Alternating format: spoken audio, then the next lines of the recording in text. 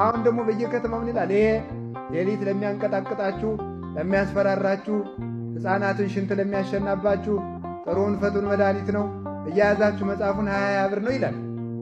እውነት መስሏችሁ እናንተ ትገዛላችሁ። ዳዊታችሁን ድገሙ ዝም ብላችሁ።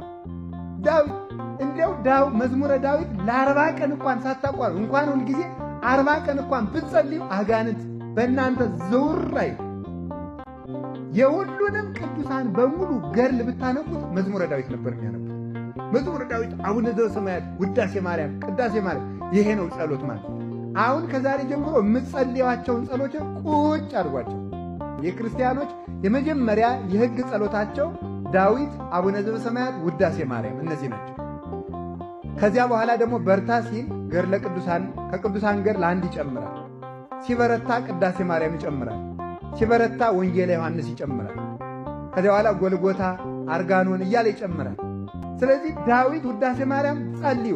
ከዚያ ደግሞ ከሆነላችሁ አርጋኖን ጨምሩ። ደግሞ በ21 ድገሙ። ግን ሁሉንም አንድ ጊዜ አትጀምሩት ነው የኔ ጥያቄ። መጀመሪያ የዕለት ዳዊትና የዕለት ውዳሴ ማርያም ድገሙ።